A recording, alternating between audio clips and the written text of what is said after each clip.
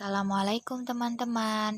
Kami dari kelompok 1 yang beranggotakan Zuhrifa Salatia Afifa dan Risna Aisyah Rahmasari akan mempresentasikan tentang hakikat ruang lingkup ilmu fisiologi dan tumbuh kembang anak. Yang pertama yaitu fisiologi. Pengertian fisiologi atau ilmu faal adalah salah satu dari cabang-cabang biologi yang mempelajari berlangsungnya sistem kehidupan.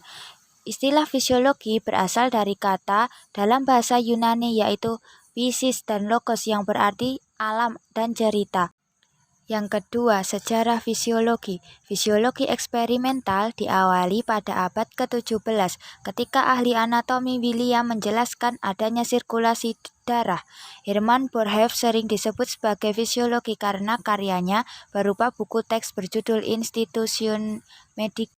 Fisiologi di bidang kedokteran berperan sangat besar. Akibat mendalamnya kajian, terdapat beberapa subbidang. Yang pertama, elektrofisiologi berkaitan dengan cara kerja saraf dan otot. 2. Neurofisiologi mempelajari fisiologi otak. Ketiga, fisiologi sel menunjuk pada sel, fungsi sel secara individual. Selanjutnya yaitu contoh fisiologi makhluk hidup. Yang pertama, lingkup fisiologi tumbuhan. Fisiologi tumbuhan merupakan cabang dari ilmu biologi yang mempelajari tentang proses metabolisme pada tubuh tumbuhan, di mana proses dari metabolisme ini dipengaruhi oleh faktor lingkungan mikro di sekitar tumbuhan tersebut. Fungsi fisiologi tumbuhan. Fungsi fisiologi tumbuhan di sini berarti manfaat yang diperoleh manusia dalam mempelajari fisiologi tumbuhan. Lalu, apa manfaatnya? Tentu secara umum manfaatnya sangat besar karena tumbuhan itu sendiri merupakan salah satu bahan pemenuh bagi kebutuhan manusia, sehingga kita perlu ilmu yang seluas-luasnya tentang tumbuhan. Selanjutnya, pengertian pertumbuhan dan perkembangan. Pertumbuhan adalah perubahan secara fisiologis sebagai hasil proses pematangan fungsi fisik yang berlangsung secara normal. Sedangkan perkembangan adalah perubahan-perubahan psikofisik sebagai hasil dari proses pematangan fungsi-fungsi psikis dan fisik pada anak, ditunjang oleh faktor lingkungan dan proses belajar dalam passage waktu tertentu menuju kedewasaan.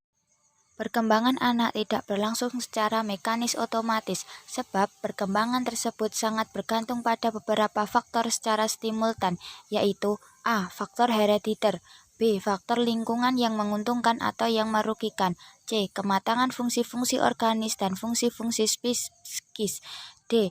Aktivitas anak sebagai subjek bebas yang kemampuan seleksi, bisa menolak atau menyetujui, punya emosi, serta usaha membangun diri sendiri. Selanjutnya yaitu hakikat anak usia dini. Setiap anak terlahir dengan potensi yang berbeda-beda, memiliki kelebihan, bakat, dan minat yang berbeda pula. Anak usia dini dalam proses pertumbuhan dan perkembangan, baik fisik maupun mental yang paling pesat, karena pada usia 4 tahun, 50% kecerdasan telah mencapai 80% kecerdasan pada usia 8 tahun.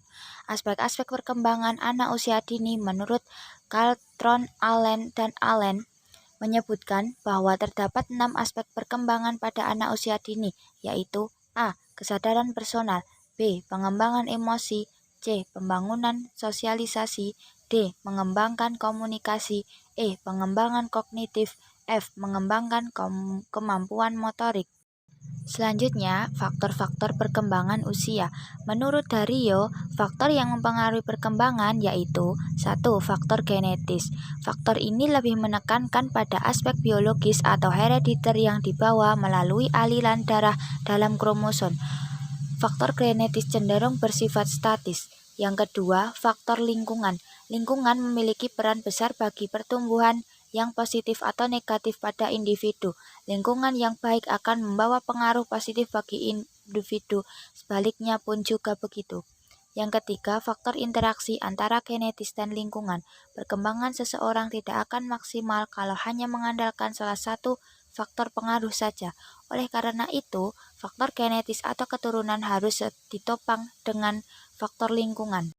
Sekian presentasi dari kelompok kami, kurang dan lebihnya kami mohon maaf yang sebesar-besarnya. Wassalamualaikum warahmatullahi wabarakatuh.